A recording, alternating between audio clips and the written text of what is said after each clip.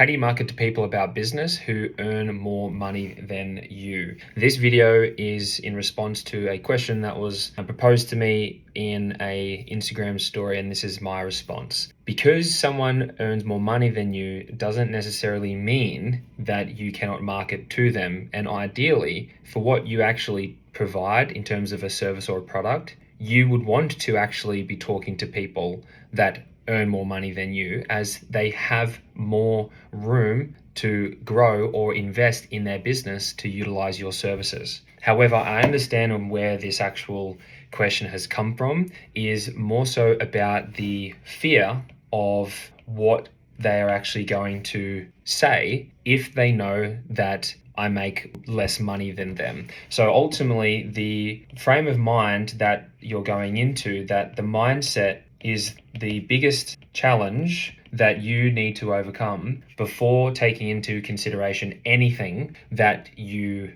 do in terms of pitching for people that have more money than you. So if the situation that we have in front of us is your ideal client has more money than you, if they have more money than you, what does that actually mean? Well, there's a few things that we can then assume from this particular prospect. That one, they have more years in business, potentially. They have a bigger team. They have a bigger budget. And if we think about what other assumptions that we may be taking into consideration that's feeding our fear, is they have more knowledge than me. Now, let's just isolate this particular assumption here of the fact that they have more knowledge than me. If they have more knowledge than you, then they would not be inquiring on your services. They wouldn't be. If they knew what you know, then they would not be wanting to get in contact with you. It is very rare that you would see anyone in business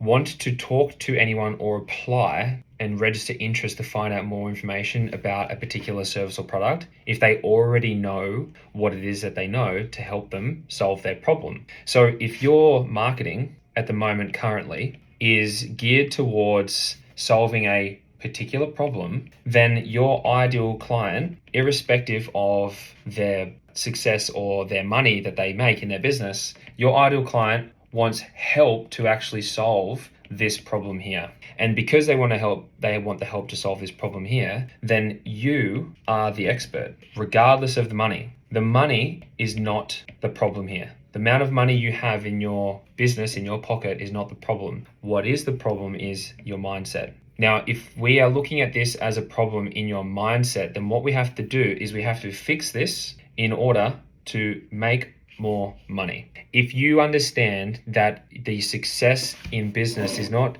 geared towards just making money, and then making money doesn't actually constitute as the be all end all for business owners, then you can realize that when you approach a business owner who has more money, it doesn't mean that they are better than you. It does not mean that they are better than you. It may mean that they have a bigger budget. Yes, they may have a bigger budget because they're more successful. They definitely would have maybe a bigger team. They definitely have more years of experience. But what they're lacking is the knowledge that you have, that you're wanting to actually help them. So originally, when the first question was, how do you market to people about business who earn more money than you, then what you need to identify, aside from just fixing the mindset and the story and the belief that you have around it, is number one, who is your ideal niche? Who are they? What is their problem? Where are they wanting to go in terms of where they are, point A to point B? And why are they wanting to make the change in the pivot, or why are they wanting to grow and move to where they want to go? And if we think about the who, the what, the where, the why, then it's all about, well, the when. When are they wanting to make the decision? When are they needing to make the call? When is that time to execute on the problems that they have? If you know the who, what, when, where, and why factor on your ideal client, the second portion that you need to then understand is, one, what is their current undesired state of how they are feeling? What is their problems? What is their desired emotional state they want to be experiencing and feeling? And what are their goals? Now, if you know these two pillars of questions that you can ask your ideal client, your target market, there is nothing in here that says anything about the amount of money that they have in comparison to you. What you're actually doing is you're extracting information from your ideal target market, your avatar, to build them a roadmap from where they are to where they want to be, from point A to point B. And what you're doing is you're positioning yourself as the expert because of the type of questions that you're actually asking. If you truly operating from what I would say is your unique selling proposition, your bank zone, your genius zone, then what you would be leveraging is what we would call career capital. Now, if you are a coach, you're a consultant, you are a entrepreneur, and you're looking to help in terms of a B2B service, then you're either regurgitating YouTube content or you're putting your own edge and you're rebuilding your own experience into what you had previously done in your businesses or your jobs before or your career beforehand, and then you're positioning yourself as the expert of what it is that you know to be true. So if you're going to do step one, the who, what, when, where, why, the second, undesired problems, desired state, and their goals, and then you're understanding their career capital, the biggest thing that people do not do that you must, if you want to be able to sell to businesses who make more money than you, is you need to understand the ins and outs of the customer journey. If you can put the pieces to the puzzle of where they are to ultimately where they want to go and where they want to be, and you understand the intricacies of each step and every single action that needs to be completed per step along their journey, then how you then communicate their first step